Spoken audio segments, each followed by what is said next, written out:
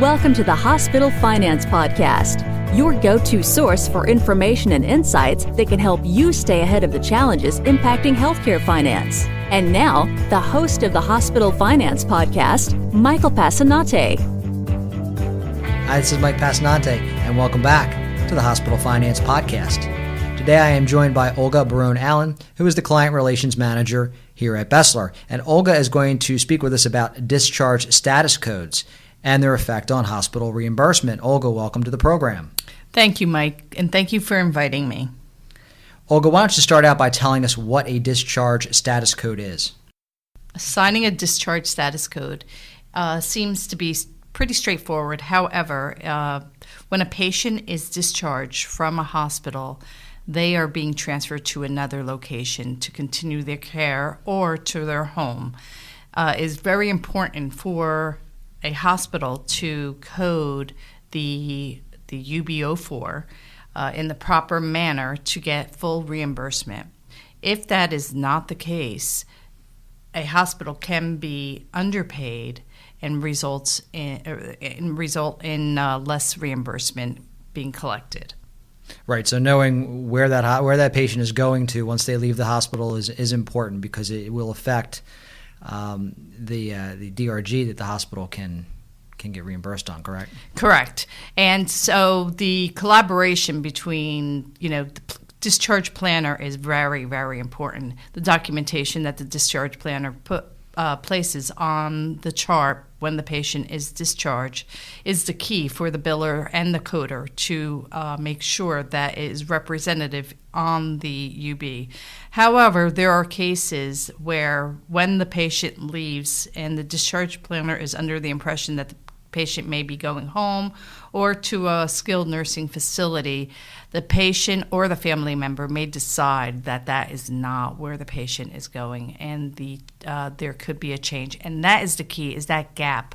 Unfortunately, Medicare does not do any retro review on any of those cases. So it is up to the hospital to be able to create a great alliance with home health agencies and to follow up with patients within 30 days of the patient's discharge to ensure that the discharge code or discharge information that the discharge planner had at the time is accurate.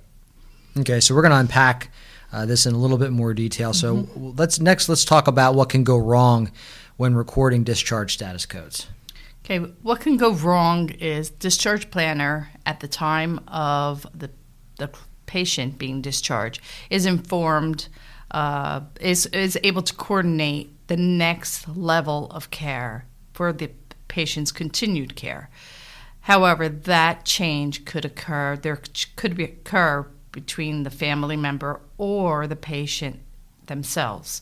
For example, the patient may be going to a skilled nursing facility at the time of discharge, and the discharge planner has already coordinated a transfer for the patient. However, the patient never made it to the skilled nursing facility, and the family member decided to bring the patient home and set up home health. There is no way that the hospital knows that information, nor does Medicare know that information. So at the time of the bill being dropped and submitted to Medicare, the bill is indicating that the patient is being transferred to a skilled nursing facility. That could impact the hospital's reimbursement rate. And as you mentioned before, discharge status codes are recorded on the UB04. Explain how a hospital goes about properly recording them. Okay, so again, discharge planner documents the chart. Chart goes to HIM or medical records. Medical records will update their system and the code appropriately, according to the transfer location, will be placed on a UB04 in field locator 17. The UB04 is a standardized universal claim form, which is created by the National Uniform Billing Committee, NUBC. This field is field 17 indicates the location where the patient is going. It's a 2-digit code.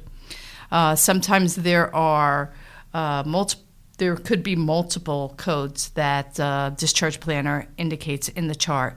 The HIM or Medical Records Department should be coding it to the highest level using one code for that field. Can adjustments be made to the UB04 once it's submitted?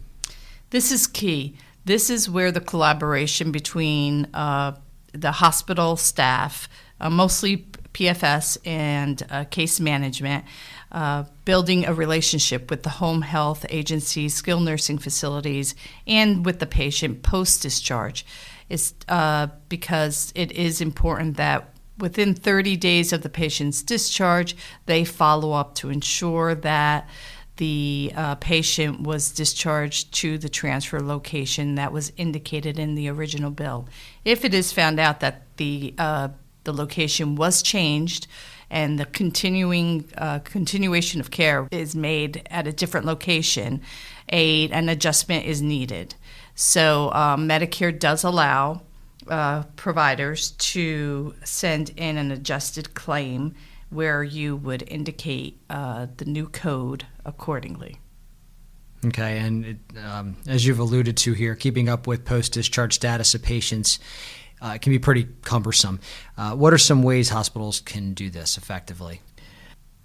With the tight budgets that hospitals have today, it's very difficult. There would need to be constant follow-up, as indicated before, either by case management or PFS, or someone from, a team, a liaison between the two departments that would follow up. And unfortunately, it would be follow-up with calls to skilled nursing facilities within the area, home health agencies, patients at home or family members, to ensure that the discharge plan that was made originally from the chart is in fact the corrected location.